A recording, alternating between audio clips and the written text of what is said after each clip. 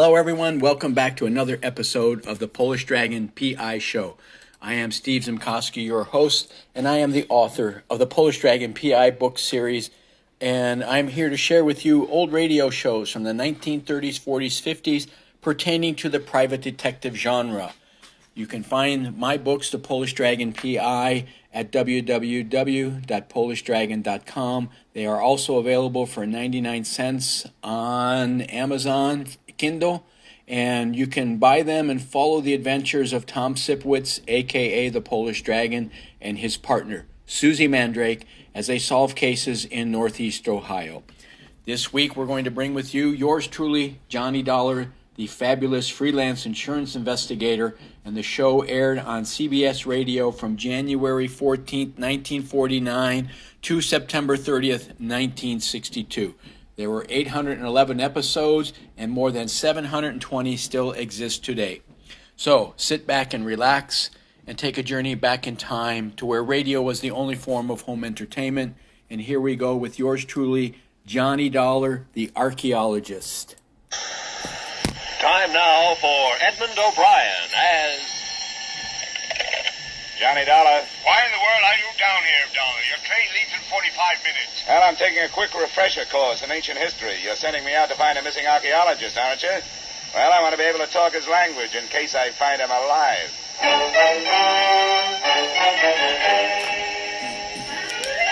Edmund O'Brien in a transcribed adventure of the man with the action-packed expense account, America's fabulous freelance insurance investigator, Yours truly, Johnny Dollar.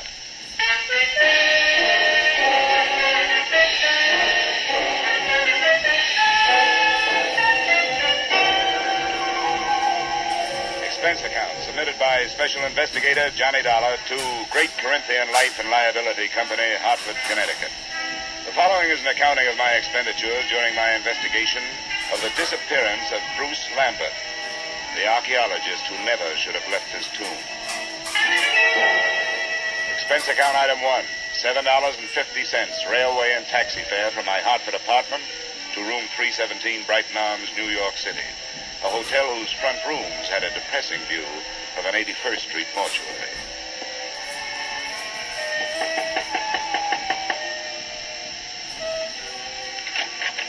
Miss Lambert? Yes, please come in, Mr. Dollar. She was tall without awkwardness, had the physique of an athlete, but still with softness, and a golden tan made her seem out of place, set against the snow heaped on the sill outside the windows. Thank you for coming, Mr. Dollar. I realize that mine was a rather unusual request to make of an insurance company. Not at all, Miss Lambert. The company doesn't want to lose a policyholder any more than you want to lose a brother.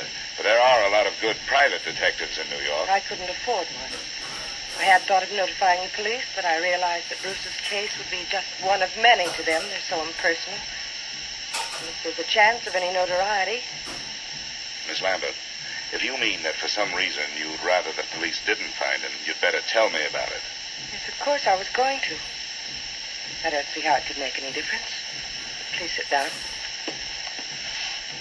Maybe we'd better start way back at the beginning, huh? That would be in Egypt, wouldn't it? Yes. In the desert some 100 miles west of Thebes. My brother's an archaeologist, and he'd uncovered some ruins. It was quite an important discovery, something about the 12th dynasty. I don't know much about it. You were with him? Yes, I didn't spend much time at the excavation site. I stayed in the village. But the reason the police might make it difficult is that Bruce discovered some relics that he didn't declare to the authorities there. You mean he swiped them? Well, if you're in the habit of using extreme bluntness, I suppose you could put it that way. All right, I'm sorry. Please, Mr. Dollar, this is quite unpleasant, folks. If Bruce had stolen all the relics, you wouldn't expect it to make any difference in how I felt about his disappearance, would you?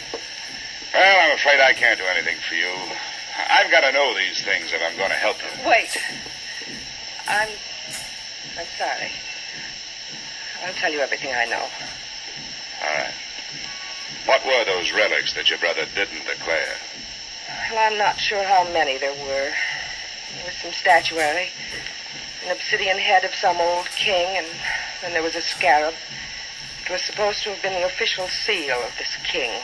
Do you know how valuable this stuff is? I'm afraid that it might be very valuable in some circles. That's what I was afraid of, that someone harmed Bruce or even But there's so many things to be afraid of. He isn't strong. Maybe even his mind. He was injured quite severely in a traffic accident in Alexandria just before we left Egypt. I've got to find out what could have happened to him. Come on. We can't find out this way. What does your brother look like? Is he light or dark? Here's a snapshot. He's blonde. His hair is straight and was quite long when I last saw him. And that was 4 days ago? Yes.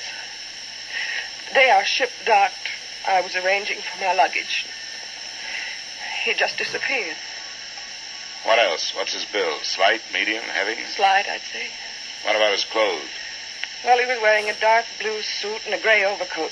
The right sleeve of both would be empty, because his right arm and shoulder are in a cast. Uh-huh. A traffic accident. Yes, both were fractured. I wish I were able to be more help. But I've told you everything I know. He just vanished. Did he have any enemies that you know of? No, there's not even that. I can't let myself lose hope. But what can we do? How do you start looking for somebody with so little to go on? Before I answered her question, we started at the beginning again. The second run-through was pretty much like the first. But disappearance from a foreign ship in the port of New York is not as easy as the telling of it. I left the troubled Marcia, checked into an 8th-floor room in the Brighton Arms, where a phone call told me the North Fleet had already sailed. No hope of information there. So I headed for the U.S. Customs Office. Good afternoon. Mr. Nixon? Yes? Oh, my name is Dollar. I'm an insurance investigator. The girl outside said you could help me. I'd like to get some information on a passenger who arrived from Alexandria on the North Fleet. North Fleet. Well, I'd have to know the day of arrival and the name of the line. It was 4 days ago. They'd made it... that would make it the 20th. It's a British ship. North Fleet. Well, no. What was the passenger's name? Lambert, Bruce Lambert. Did he clear any luggage through customs? Bruce Lambert. Yeah. Witnessed the examination of one piece of luggage, his suitcase, personal effects, one piece of statuary purchased in Alexandria, no duty. What address did he give you? Bruce Lambert. No street number, no hotel. The Brighton Arms. The Brighton Arms. Well, don't count on that.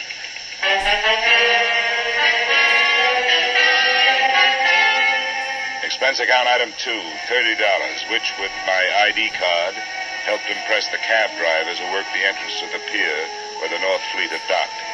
Checking these cabs took the whole afternoon, and midway through it, I realized I wasn't the only one interested in that particular hack stand. I wasn't sure at what moment I'd actually noticed him. He was doing a very bad job of hiding behind a Journal American on the other side of the street. All I could see was the lower half of an overcoat, the seam of some razor-sharp trousers, and some pointed shoes. But I began to feel his eyes looking at me as I went on with my questioning. That finally paid off through the mouth of driver number 782. You know, you meet all kinds in this business. Some you forget, and some others you remember. Yeah, well, do you remember a guy with his arm and shoulder in a cast? And something you learn in this business. That's to read people's faces. You get to know a deadbeat before he gets a chance to deadbeat you. And you catch on if a guy is scared or something. Well, if he was afraid of something, it's not me. He's been reported missing by his sister. I've been hired to find him. How much does $10 buy? You know, maybe he don't want to be found. Is that what you think? Sure. He paid me more to climb up than you offered. Well, I've got more. What are you going to do with him? I want to talk to him. I want to find out if he's all right. If he wants to stay lost, that's his business, not mine. How's 25? Get in, my boy. It's not very far from here.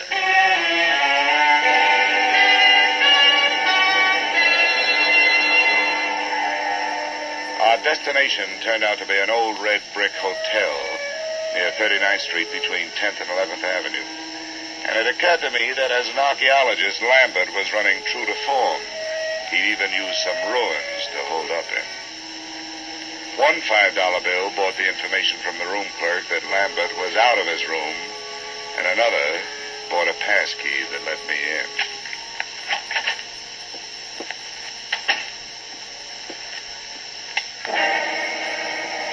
The first thing to catch my eye when I switched on the light was a black piece of statuary shining dully on a chipped bureau, a crowned head with exaggerated features, sculptured in obsidian. I posed myself this riddle. If it was so valuable, why didn't Lambert take better care of it? But before I had a chance to try for the answer, a foot nudged the door open behind me. As might be expected, it was wearing a pointed shoe and was followed into the room by a slight yellow ivory-skinned man who rather resembled the black statue. I must thank you for leading us to the hiding place. Where is he? Well, that depends on who he's hiding from. It looks like it's you. Perhaps it is that you do not know where he is. Yeah, perhaps. I followed your taxi after you talked with those drivers. That was very smart. Where did you think I expected you to go? What's your interest in Lambert? You were employed by the girl to find him. How much does she pay you? I never talk money with a stranger. Perhaps we will not be strangers for long. The point of importance is that you have not yet found him. Mr. Drummond will pay you $2,000 to do so. Mr. Drummond is generous, but what makes you so sure I haven't found Lambert? Because he is not here. But that only means he's someplace else. Please? I have no wish for violence. Well, then put that thing away. In the first place, gunfire, even in this neighborhood, is going to bring the law. In the second place, that's a lady's gun. One of those handbag jobs. You know, you ought to be ashamed of yourself for carrying it. Please, I have no wish to use it. Then get rid of it.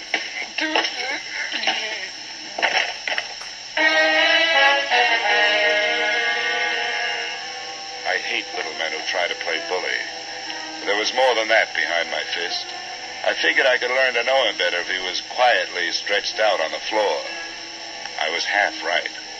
An Egyptian passport told me that his name was Ammon Hyksos. Hometown, Alexandria. There was nothing else.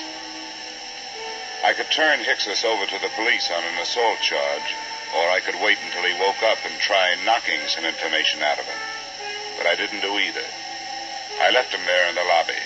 I gave a message to the room clerk for Lambert, telling him to stay out of his room when he came back and to phone me at the Brighton Arms.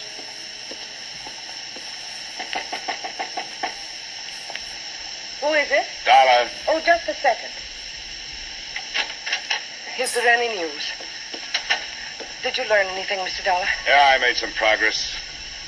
I met Ammon Hyksos. You told me your brother didn't have any enemies. That little Egyptian is out looking for him with a gun. Why'd you lie to me? I have no right to ask you to believe me now. That's so true. But I wish you would. Please come here and sit down. No, thanks. You sit there and I'll stand here. I think I'll be less inclined to believe you from here. That's not fair. I know. I wasn't fair with you either.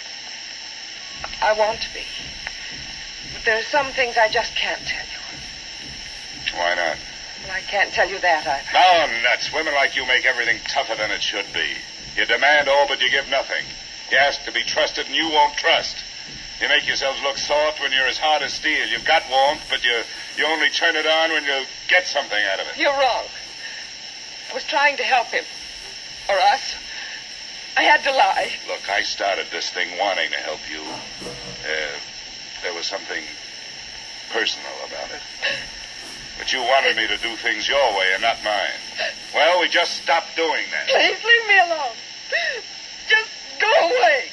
Go back to Hartford and forget you were ever here. I wish I could. But I'm working for an insurance company looking for a missing policy holder. Well, I'll be up in my room if you decide to help me find it.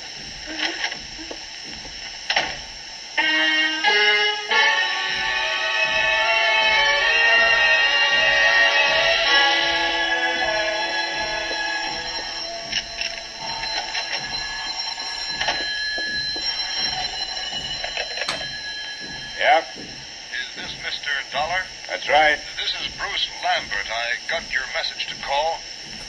Where are you now? Not so fast. There were 2 attempts on my life while I was on my way here from Alexandria. I'm not anxious to tell anybody where I am. How did you get into this? Marcia called your insurance company when you took the run out. They hired me. Good for Marcia. Is she all right? Well, that depends on your point of view. I suppose she's being the helpful sister to you, but for me, she's done nothing but act mysterious. I don't get it. She won't tell the truth about you. I hope you do better. She told you she was my sister? Well, sure she did. Why shouldn't she? Well, I can't see why she'd do that. She isn't your sister? No, I don't understand it. She's my fiancée. I don't understand it at all. Where is she? I better talk to her. That's a good idea.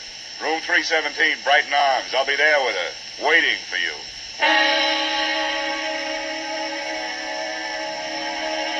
Which, in a way, was how it worked out. Except that I waited for him in the corridor outside her room. I left Marcia where I found her. She was on the bathroom floor.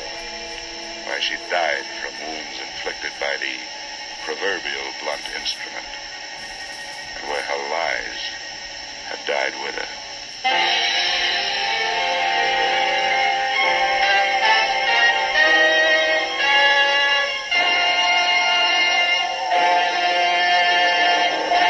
In just a moment, we will return to the second act of yours truly, Johnny Dollar. But first...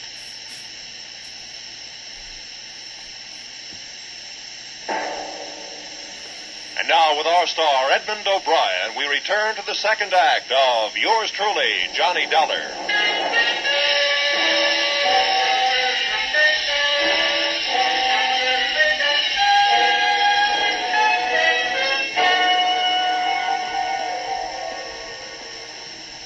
Bruce Lambert? Yes? It's all right, I'm Dollar. Didn't take you long to get here. Where'd you phone from? Just around the corner. Bar. Why do you ask? Where's Marcia? Marcia's dead. I don't believe you. I want to go in there. She isn't dead. Let me in there. Come on, use your head, will you? There's nothing... Oh, your arm. I'm sorry. Look, you don't want to go in there. Believe me, you don't. There's nothing you can do for her. She can't be dead. She can't be. Come on. Where? Why? I want you to come up to my room with me. You've got to do 2 things. First, give me every reason you can think of why this should have happened. And then, before the police get here, you'd better start rehearsing a story of your own.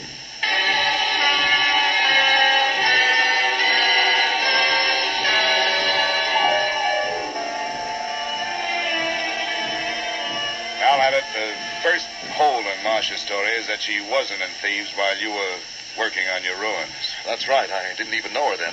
I met her in the hospital in Alexandria after my accident. I was there for 2 months, you see. She was my nurse. But she did know about the relics. That statue and the scarab that I haven't seen. Oh, yes. Here it is. This is the scarab. Oh, yes, she knew. We talked about my little deceit. Well, how little is it really? You talk about 2 attempts on your life. Now we have actual murder. You'd better let me have that scarab. Oh, yes, of course. But surely you don't think the relics are at the bottom of this? They're rare, but not valuable enough for this. Unless someone knows more about them than I do.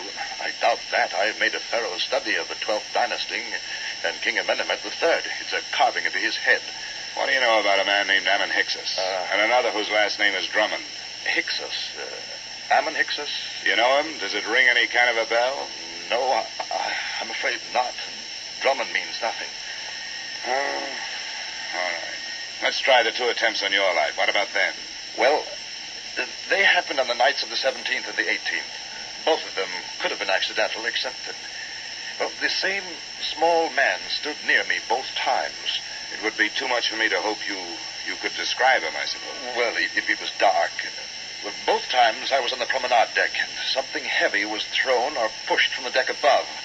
I reported the second one, and the ship's officer apologized for the carelessness. But you thought enough of it to disappear? Oh, well, I certainly did. Instead of going to the police? Yes.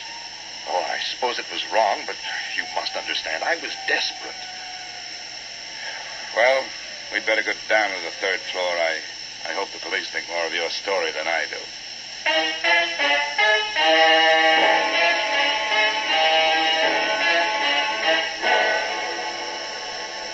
20 minutes, room 317 really looked like a murder scene. The place was swarming with New York's finest, white with fingerprint powder, and blinding with flash bulbs. The lieutenant to whom I made my statement looked as if he thought I was as crazy as I thought everybody else in the mess was. But then he changed his mind. Dollar? Hey, where is that insurance stick? Here I am. In the bathroom. Oh, there you are, Dollar.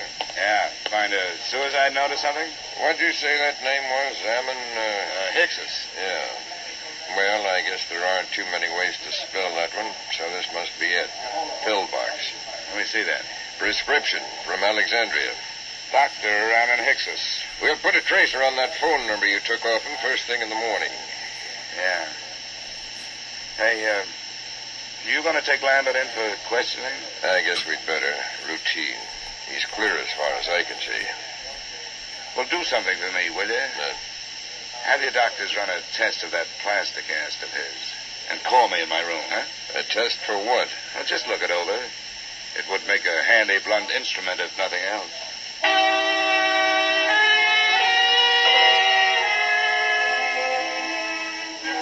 Expense account item 3, $7.50. A few late cocktails, a rare steak, and coffee in the Brighton Arms dining room. After which I picked up an armful of extra editions so I could catch up on what I'd been doing. I self-operated my way to the 8th floor and started toward my room. I was looking forward to a hot shower, but I didn't get it. I was still looking forward, but into a familiar gun muzzle. This is the one, Garrett. Ah, yes, Mr. Dollar. May I introduce myself, sir? Garrett Drummond at your service. Our meeting has been postponed too long. Well, there's a difference of opinion on that. You will please open your door. How can I refuse that pint-sized invitation you're still carrying? After you, sir. And I needn't remind you that my friend here is prepared for any rash move upon your part. Look, I'm tired. I don't have a rash move left in me. Close the door, Ammon. I suggest that you sit there, Mr. Dollar, in that unsightly straight-back chair. Thanks a lot. Now, sir, I shall plunge right to the point. Where is that scoundrel, Bruce Lambert? Well? I think I just decided that I don't know. Please, we have no wish for violence. You always say that with a gun in your hand. Well, let's get started. You make your pitch, I'll make my refusal, and we'll see where we go from there. I have already made what I consider to be a generous offer for so unimportant a bit of information as merely the whereabouts of Lambert. $2,000. But if it will expedite matters, I am prepared to expand my offer by another 1,000 on the sponsor. The higher you bid, the greedier I get. What makes Lambert so important to you? A problem which is entirely out of your province, my boy. How much do you know of Egyptian legends, sir? Oh, no more than $1 worth. Ah, pity. A fascinating subject. Well, sir, Bruce Lambert has in his possession a certain object of great importance, both culturally and economically. Certain landowners in Egypt hold it in such high esteem, sir, that as a reward for its return to them, they would throw open to exploitation untapped oil fields, the richness of which would shake the very foundations of world economy. Are they shaky enough as it is? My boy, think what it would mean to a civilization fast approaching the depletion of its petroleum sources. New horizons, sir, a brave new world. Lambert owes to us all relinquishment of this object so that it may serve humanity. You're right. And it may be easier than you think. Splendid, sir. Where is he? Which relic is it? The black statue your playmate could have picked up for free? It is King Amenemhet Scarab that I would discuss with Lambert. I demand to know where he is. Why waste time on him?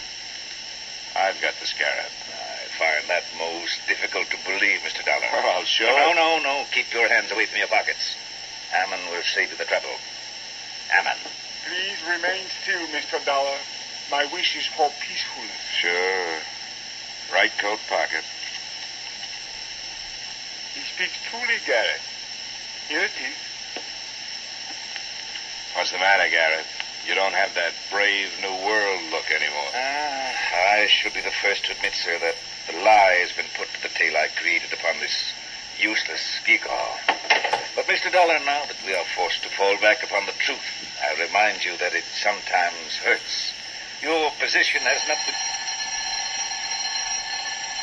The desk knows I'm up here. Answered, Mr. Dollar. But be cautious. On Unfortunately, I do not share Ammon's aversion to violence. Yeah, Dollar, that's right. this is Lieutenant Black. Say, was that a hunch you had about that cast of Lambert's? Why do you ask? Well, if it was a good one. The doctors won't let us take it off, but we cut into it. It was put on in 3 layers. The middle one was wrapped narcotics. Yeah? Don't be so modest, Dollar. There must be $300,000 worth. No, sometimes it's a whole month before we get that much. Looks like the work of your friend, Dr. Ammon Hicks's. Yeah. Oh, wake up, Dollar. I want to check Lambert's statement with yours. I'll have you there in 10 minutes. Goodbye. Okay. I commend you, sir, upon your show of intelligence. Who was it? The police. They're looking for Lambert. Oh, and what did they give as their reason? Narcotics. The story of a man bound for America who cracked up in a car, and while he was unconscious and being patched, said narcotics were put in his cast by a Dr. Ammon Hicks's, probably assisted by a nurse named Marcia. But there's no proof. Ammon, we'll waste no time on evasion. Yes, we used the boy. Courageous scheme, but for that silly goose of a girl. She was the true conspirator and the traitor as well. She happened to fall in love with the guy. The romantic Atlantic crossing. An empty proposal of marriage suddenly becomes more important than actual coin of the realm. But enough of that. The police are looking for him, and odds teeth, so am I. Where is he? I don't know. Ammon, call his hotel on 39th Street. No, wait, my friend. The police must be watching that. Are they, Mr. Dollar? Well, that's where his personal things are. If I were the police, I'd be watching. Yes, we seem to find ourselves in such a position that we must at least pretend to see eye to eye, sir. Very well. We shall wait here. The chips are down, so to speak. Ammon. Yes, Garrett. Take the pistol. Into the bathroom with you. With the door slightly ajar, you shall have a splendid command of the arena, as it were. Yes, Garrett. And remember, the stakes are high. Yes, Garrett, I will remember. And now, Mr. Dollar, it would seem that little remains but the waiting.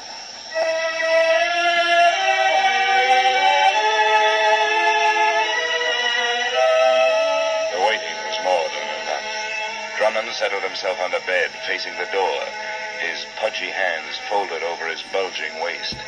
I was still in the desk chair, facing him. As usual, the police were late. 20 minutes passed before we heard the knock on the door. Your guest, Mr. Dollar. Come, we shall go to the door together. Now, keep your back to me and open it. It's your party, Drummond. Come in, Lambert. Not Lambert, the police. Ammon, shoot! Ammon, my friend.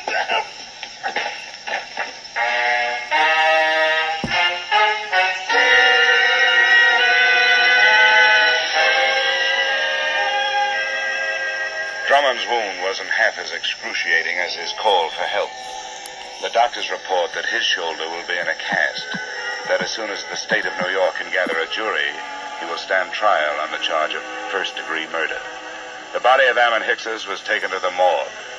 As an insurance company, you are probably less interested in that than in the fate of your policyholder, Bruce Lambert.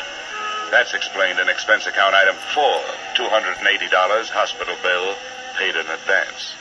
In view of the possibility that there may be others interested in that $300,000 cache of narcotics he has to carry around with him until his arm is okay, I thought it would be safer to keep him under wraps. Oh, by the way, while he was lying there, helpless, I sold him a policy for you covering the scarab and that carved head. Expense account total, $456.90. Yours truly, Johnny Dollar.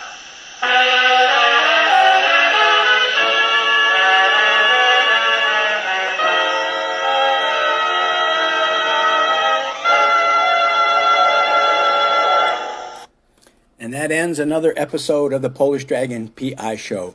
You have been listening to yours truly, Johnny Dollar, in the Archeologist. And remember, if you are interested in any of the Polish Dragon PI books, they are available at www.polishdragon.com. Thank you so much, and I will talk to you next time. Bye-bye.